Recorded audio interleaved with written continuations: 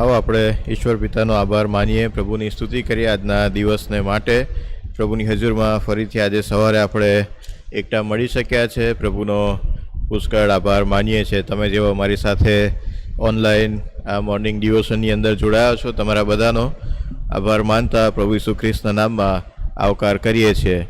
ધન્યતાઓના સંબંધી આપણે ગઈકાલથી પ્રભુના વચનોમાંથી મનન કરી રહ્યા છે. ગઈકાલે પહેલી ધન્યતા આત્મામાં જેવો રાગ છે તેઓને ધન્ય છે, કેમ કે આકાશનું રાજ્ય તેઓનું છે. અને એના વિશે આપણે પ્રભુનું વચન સાંભળ્યું. માથીની સુવાર્તા 5મો અધ્યાય, અને આજે ચોથી કલમ જે બીજી ધન્યતા છે એના તરફ આપણે દ્રષ્ટિ કરવાના છે. જેઓ શોક કરે છે તેઓને ધન્ય છે, કેમ કે તેઓ દિલાસો પામશે. હવે આ ધન્યતાઓને જો આપણે ધ્યાનથી એનો અભ્યાસ કરીએ, એનું મનન કરીએ, તો એક બાબત આપણને એ જણાય છે કે આ બધી ધન્યતાઓ એ એકબીજાની સાથે જોડાયેલી છે, એકબીજાની સાથે સંકળાયેલી છે. દાખલા તરીકે જો ઈસુ ખ્રિસ્તે કદાચ 8મી કલમની જે ધન્યતા છે એ સૌથી પહેલી કીધી હોત કે મનમાં જેઓ શુદ્ધ છે તેઓને ધન્ય છે, કેમ કે તેઓ દેવને જોશે. જો ઈસુ ખ્રિસ્તે ત્યાંથી શરૂઆત કરી હોત તો મનમાં કેટલા જણા શુદ્ધ એ સમયે ઈસુ ખ્રિસ્તની સામે હતા? કોઈ પણ વ્યક્તિ એ મનમાં શુદ્ધ ના હોય, અને તો આ ધન્યતા એ એમના કામમાં ના આવે. હું ને તમે આપણે કોઈ દિવસ પહેલેથી મનમાં શુદ્ધ નથી હોતા, અને એટલા માટે આપણે એ ધન્યતાની સાથે આપણી જાતને સરખાવી નથી શકતા, એની સાથે જોડાઈ નથી શકતા.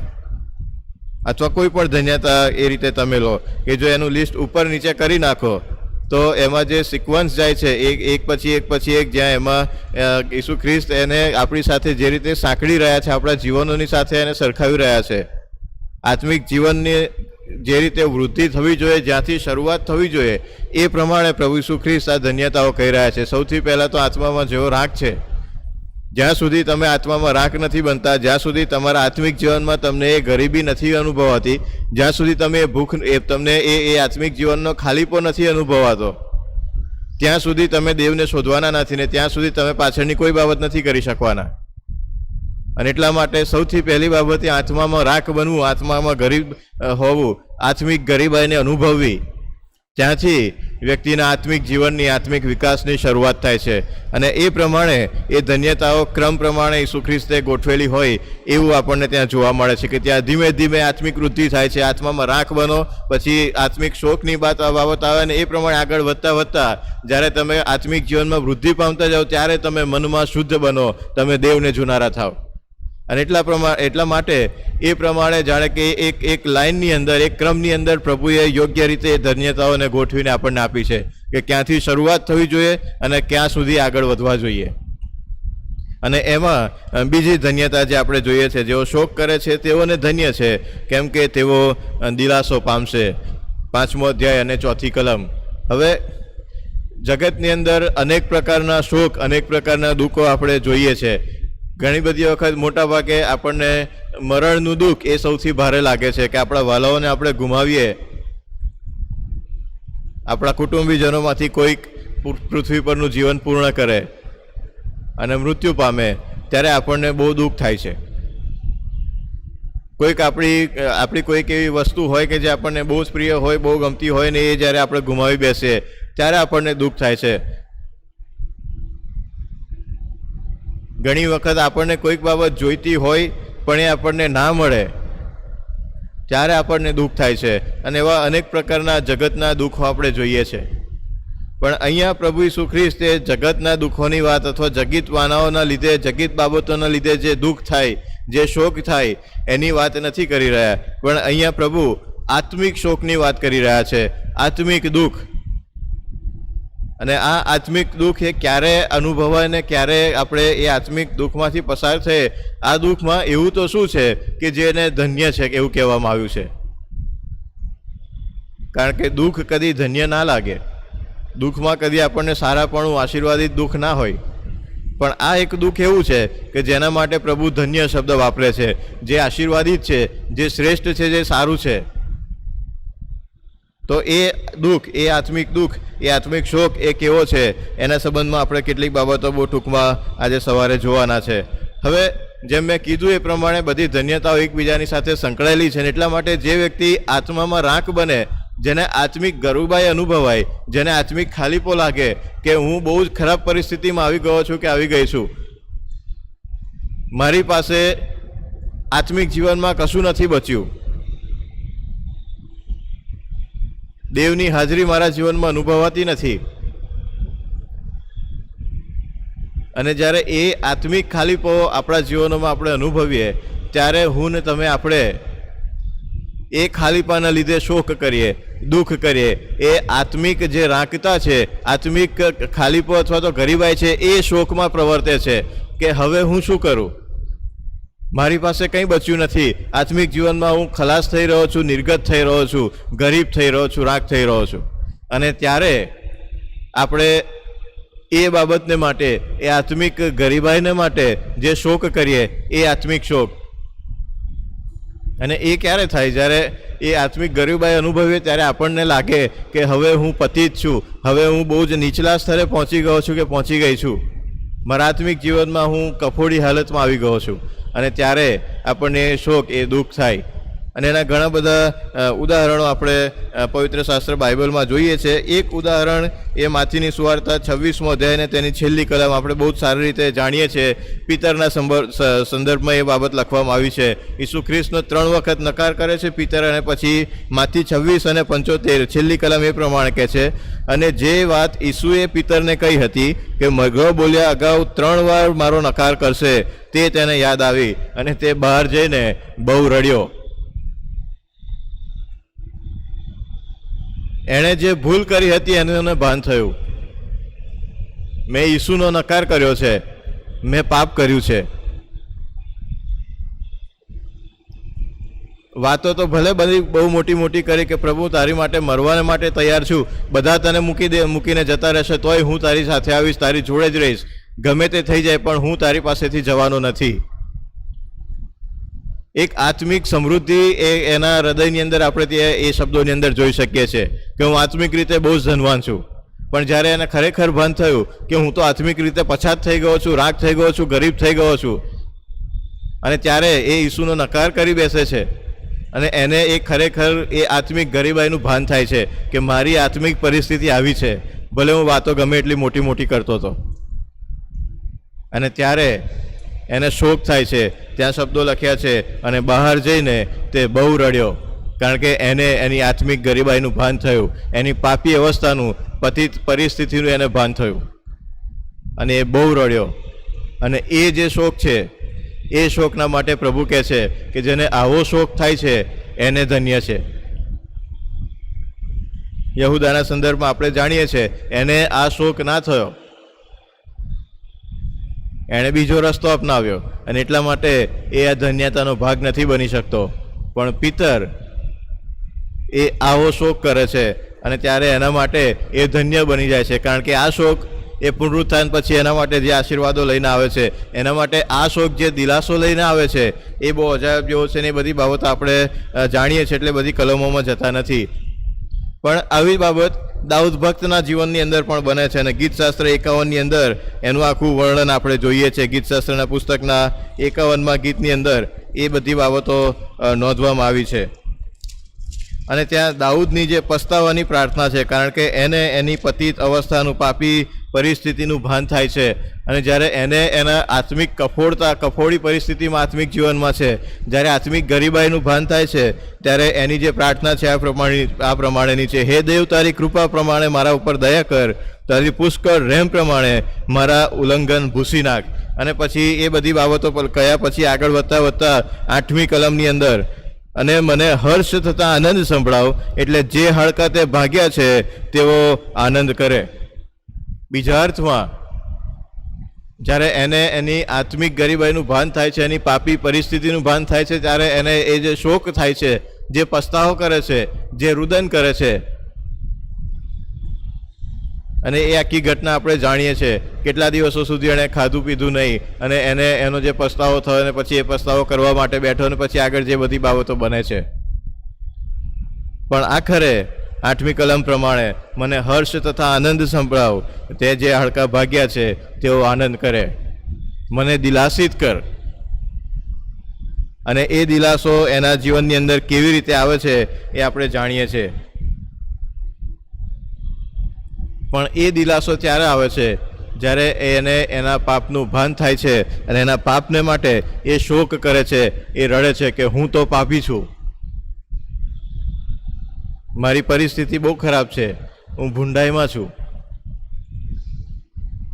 અને જ્યારે એ પાપી અવસ્થાનું એને ભાન થાય છે ત્યારે એના માટે એ દિલાસો આવે છે, ત્યારે એ આ દિલાસાનો ભાગ બની શકે છે. યશાયાનું પુસ્તક તેનો 40મો અધ્યાય ને 1લી કલમ એ આપણને આ પ્રમાણે કહે છે. યશાયા 40 અને 1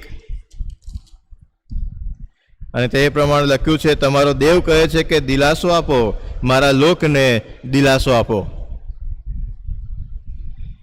દિલાસો આપો, મારા લોકને દિલાસો આપો. ત્યાં ખાસ ભાર એ દિલાસા ઉપર મૂકવામાં આવ્યો છે.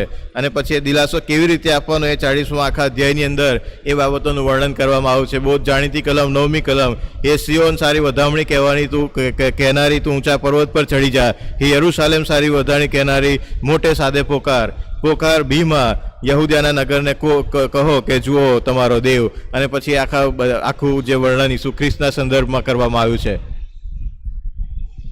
જ્યારે પતિત પરિસ્થિતિનું ભાન થાય છે, જ્યારે ઇસ્રાયેલ એ બહુ જ કફોડી પરિસ્થિતિમાં પાપમાં છે, અને ત્યારે એ પાપના શોકના પરિણામ સ્વરૂપે દિલાસાની ભવિષ્યવાણી ત્યાં યશાયા પ્રબોધક દ્વારા કરવામાં આવે છે.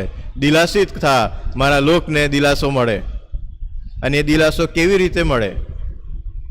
તો ઇમાનુએલ, દેવ આપણી સાથે, એ ખ્રિસ્ત એ તમારી પાસે આવે અને તમારા પાપમાંથી તમને મુક્ત કરે, તમારા પાપોમાંથી તમને છોડાવે, અને ત્યારે તમને એ દિલાસો મળે, ત્યારે તમે તમારા પાપમાંથી મુક્ત થાવ. પણ એ ક્યારે શક્ય બને? જ્યારે એ પાપના કારણે આપણા હૃદયોમાં શોક ઉત્પન્ન થાય, આપણને એ પાપનો પસ્તાવો થાય, દુઃખ થાય, તો એનો દિલાસો એ આપણા માટે આપણા હકમાં થાય. ગીતશાસ્ત્ર 61ની અંદર પણ એ જ બાબત લખવામાં આવી છે, 2જી અને 3જી કલમ. ગીતશાસ્ત્ર 2:61, 2 અને 3. યહોવાએ માન્ય કરેલું વર્ષ, આપણા દેવના પ્રતિકારનો દિવસ પ્રસિદ્ધ કરવા સારું, સર્વ શોક કરનારાઓને દિલાસો આપવા સારું, સિયોનમાંના શોક કરનારાઓને રાખને બદલે મુગટ, શોકને બદલે હર્ષનું તેલ, ખીન આત્માને બદલે સ્તુતિરૂપ વસ્ત્ર આપવા સારું, તેણે મને મોકલ્યો છે. અને પછી આખું જે વર્ણન ત્યાં ઈસુ ખ્રિસ્તના સંદર્ભમાં લખવામાં આવ્યું છે. જ્યારે આત્મિક દુઃખ થાય છે, જ્યારે આત્માની પતિત પરિસ્થિતિનું ભાન થાય છે, ને એના કારણે શોક ઉત્પન્ન થાય છે, આપણા પાપોને લીધે, આપણી દુષ્ટતાને, આપણા ભૂંડાઈના લીધે જ્યારે શોક ઉત્પન્ન થાય છે, ત્યારે ખ્રિસ્ત આપણી પાસે આવે છે અને આપણને દિલાસિત કરે છે, હર્ષ અને આનંદ આપે છે. એ ભાગેલા હાડકાઓને ફરીથી પ્રભુ આનંદમય બનાવે છે, અને એ બાબત આપણે ત્યાં જોઈ શકીએ છીએ. નવા કરારની તરફ આપણે જો દ્રષ્ટિ કરીએ તો ત્યાં પણ આવા શોકની બાબત આપણે જોઈ શકીએ છીએ. ખાસ કરીને કોરિન્થની મંડળીની અંદર આવી બાબત જોઈએ છે. 1 કોરિન્થીના પત્રની અંદર પાઉલ પ્રેરિત એ કોરિન્થની મંડળીને એમના પાપના માટે ઠપકો આપે છે, અને બહુ સખત શબ્દોમાં એમને પાઉલ પ્રેરિત એ ઠપકો આપે છે. 5મા અધ્યાયની અંદર તો એ પ્રમાણે કહે છે કે આવા પાપો, આવા પ્રકારની દુષ્ટતા, આવા ભૂંડાઈ એ તો વિદેશીઓમાં પણ નથી જોવા મળતા જે તમારી મંડળીઓમાં દેખાય છે. અને પાઉલ પ્રેરિત કોરિન્થની મંડળીની આગળ એમની પાપી અવસ્થાનું, પતિત પરિસ્થિતિનું આખું ચિત્ર છતું કરે છે કે તમે આવા છો. અને જ્યારે એ બાબતનું કોરિન્થની મંડળીને ભાન થાય છે, ઘણા બધા જો કે એના વિરોધીઓ પણ હતા કે જે પાઉલ વિશે ખોટું પણ બોલ્યા અને પાઉલને નકારવાનો પ્રયત્ન પણ કર્યો. પણ એ જ મંડળીની અંદર જ્યારે કેટલાક લોકો એવા હતા કે જેમને એમની પતિત પરિસ્થિતિનું ભાન થયું, જ્યારે એમને ખબર પડી કે અમારી પરિસ્થિતિ આટલી કફોડી છે, ત્યારે એ લોકો શોક કરે છે. એ લોકો પોતાની પતિત અવસ્થાને લીધે, પોતાના પાપને લીધે આત્મિક શોક કરે છે. અને ત્યાર પછી 2 કોરિન્થીના પત્ર, જ્યારે બીજી વખત પાઉલ પ્રેરિત કોરિન્થની મંડળીને પત્ર લખે છે, ત્યારે 7મા અધ્યાયની 8મી કલમથી આગળ આ પ્રમાણે કહે છે. 2 કોરિન્થી 7મો અધ્યાયની 8મી કલમ, પહેલા પત્રની અંદર જે પાપનું વર્ણન કરવામાં આવ્યું હતું, એના કારણે જે શોક અને દિલાસો મળે છે, એના સંબંધમાં ત્યાં એ પાઉલ પ્રેરિત જણાવે છે. 1 કોરિન્થી 7મો અધ્યાયની 8મી કલમથી આગળ, વળી જો કે મેં મારા પત્રથી તમને ખિન્ન કર્યા, તમને શોકિત કર્યા, એ પહેલા પત્રથી કર્યા એની વાત છે. અને કહે છે કે અને તેથી જો કે મને પસ્તાવો થયો હતો, તો પણ હવે મને પસ્તાવો થતો નથી, કેમ કે હું જોઉં છું કે તે પત્રે તમને થોડી વાર સુધી ખિન્ન કર્યા ખરા, પણ હવે મને આનંદ થાય છે. તમે ખેદ પામ્યા તે માટે નહીં, પણ તમને ખેદ થવાથી તમે પસ્તાવો કર્યો, કેમ કે તમને દેવની ઈચ્છા પ્રમાણે ખિન્ન કરવામાં આવ્યા, કે અમારાથી તમને કંઈ નુકસાન ન થાય. કેમ કે દેવની ઈચ્છા પ્રમાણે થતો ખેદ શોક નહીં પણ તારણ ઉપજાવે એવો પસ્તાવો ઉત્પન્ન કરે છે. મેં તમને પહેલી વખત જ્યારે પત્ર લખ્યો ત્યારે મેં તમારી પતિત અવસ્થાનું વર્ણન કર્યું. મેં તમને જણાવ્યું કે તમારી આવી પરિસ્થિતિ છે, અને ત્યારે તમે ખિન્ન થયા, તમને શોક થયો, તમે દુઃખી થયા. પણ એ શોકે પસ્તાવો ઉપજાવ્યો છે. એ શોકના કારણે પસ્તાવો ઉત્પન્ન થયો છે, એટલા માટે કહે છે હવે મને આનંદ થાય છે. કારણ કે જ્યારે દેવના વચનથી આપણે ખિન્ન થઈએ છીએ, દેવના વચનથી જ્યારે મને તમને આપણને આપણી પાપી અવસ્થાનું, પાપી પરિસ્થિતિનું ભાન થાય છે, ત્યારે એ શોક એ પસ્તાવો ઉપજાવે છે. અને જ્યારે એ શોક પસ્તાવો ઉપજાવે છે ત્યારે તારણનો આશીર્વાદ આપણો બને છે. ત્યારે પ્રભુ આપણી પાસે આવે છે. અને યશાયા પ્રબોધકમાં પુસ્તકમાં 40માં અને 61માં અધ્યાયની અંદર જે ભવિષ્ય વાંચનો આપણે વાંચ્યા, ખ્રિસ્ત આપણી પાસે આવે છે અને આપણા પસ્તાવાના પરિણામ સ્વરૂપે આપણને દિલાસિત કરે છે. એ આપણા પાપો એ પોતાની ઉપર લે છે, આપણને મુક્ત કરે છે. યશાયા પ્રબોધકના સંદર્ભની અંદર આપણે એ બાબત જોઈએ છે. 6 અધ્યાયની અંદર જ્યારે યશાયાને એ સ્વર્ગીય ગૌરવનું દર્શન થાય છે અને ત્યારે કહે છે કે મારું આવી બન્યું છે કારણ કે હું પતિ થોઠોનો માનવી છું અને મેં રાજાને જોયો છે. એની પાપી અવસ્થાનું ભાન થાય છે અને એ શોકિત થઈ જાય છે. મારું આવી બન્યું છે, હવે હું ખલાસ થઈ જઈશ. મારું શું થશે? કારણ કે હું પાપી માણસ છું. અને ત્યારે દેવ એ એના હોઠોને કોલસા દ્વારા અડકે છે અને એને શુદ્ધ કરે છે. જ્યારે શોક થાય છે ત્યારે એ શોક પસ્તાવો ઉપજાવે છે, અને પસ્તાવાના પરિણામ સ્વરૂપે માફી, શુદ્ધતા મળે છે, તારણ મળે છે. અને એ ફક્ત ઈસુ ખ્રિસ્ત આપી શકે છે. અને એટલા માટે પ્રભુનું વચન કહે છે શોક કરે છે તેઓને ધન્ય છે, કારણ કે તેઓ દિલાસો પામશે. કેવો દિલાસો પામશે? એમની પાસે પ્રભુ આવશે. એમનો શોક જે પસ્તાવામાં પરિણમ્યો છે, એ પસ્તાવાના કારણે એમના પાપો એ પોતાની ઉપર લેશે અને એમને પાપોમાંથી મુક્ત કરશે. દેવની સાથે એમનો જે સંબંધ તૂટી ગયો હતો એ સંબંધ પ્રભુ પાછો જોડશે. અને એ દિલાસો એ આપણે જોઈએ છે. ઉત્પત્તિના પુસ્તકની અંદર એ જ બાબતો આપણને વારંવાર જોવાને સાંભળવા મળે છે. પાપના કારણે એ સંબંધ તૂટી ગયો અને મરણે પ્રવેશ કર્યો, અને એટલા માટે ત્યાં દુઃખ, શોક એ બાબત આપણે જોઈએ છે. પણ ખ્રિસ્ત જ્યારે આપણે શોક કરીએ છીએ ત્યારે એ સંબંધને પાછો પુનઃસ્થાપિત કરે છે. અને જ્યારે એ સંબંધ પાછો પુનઃસ્થાપિત થાય છે, જ્યારે દેવની સાથે આપણે પાછા જોડાઈએ છીએ, ત્યારે આપણને દિલાસો મળે છે. અને એ દિલાસો આપણી પાસેથી કોઈ છીનવી શકતું નથી, કારણ કે ખ્રિસ્ત ઈસુમાં એ દિલાસો આપણો અધિકાર બને છે. અને એટલાને માટે શોક કરનારાઓને ધન્ય છે, કેમ કે તેઓ દિલાસો પામશે, પ્રભુ દ્વારા દિલાસો પામશે. અને એ દિલાસો એ બધી જ સમજ શક્તિની બહાર, બધી જ સમજ શક્તિની ઉપર હશે, કે જ્યાં આનંદ સિવાય બીજી કોઈ જ બાબતો જોવા નહીં મળે. પ્રકટીકરણના પુસ્તકની અંદર છેલ્લી કલમ 21મા અધ્યાયમાં પ્રભુનું વચન કહે છે તેઓને આંખોની હરેક આંસુ એ પ્રભુ લૂછી કાઢશે. અને એ દિલાસો મારો ને તમારો આપણો બની શકે છે જો આપણે આપણા આત્મિક જીવનની કફોડી પરિસ્થિતિને માટે શોક કરીએ છીએ, પસ્તાવો કરીએ છીએ તો. અને એટલા માટે પ્રભુ આપણને સર્વને એવી કૃપા આપે કે આપણે આપણા આત્મિક જીવનો તરફ દ્રષ્ટિ કરીએ, આપણી આત્મિક પતિત પરિસ્થિતિ તરફ દ્રષ્ટિ કરીએ, એના માટે શોકાતુર થઈએ, એના માટે પસ્તાવો કરીએ. અને જે પ્રમાણે દાઉદને દેવે દિલાસિત કર્યો, જે પ્રમાણે પિતરને દિલાસિત કર્યો, એ જ પ્રમાણે મને ને તમને આપણને પણ પ્રભુ એમનો દિલાસો આપશે. આમેન.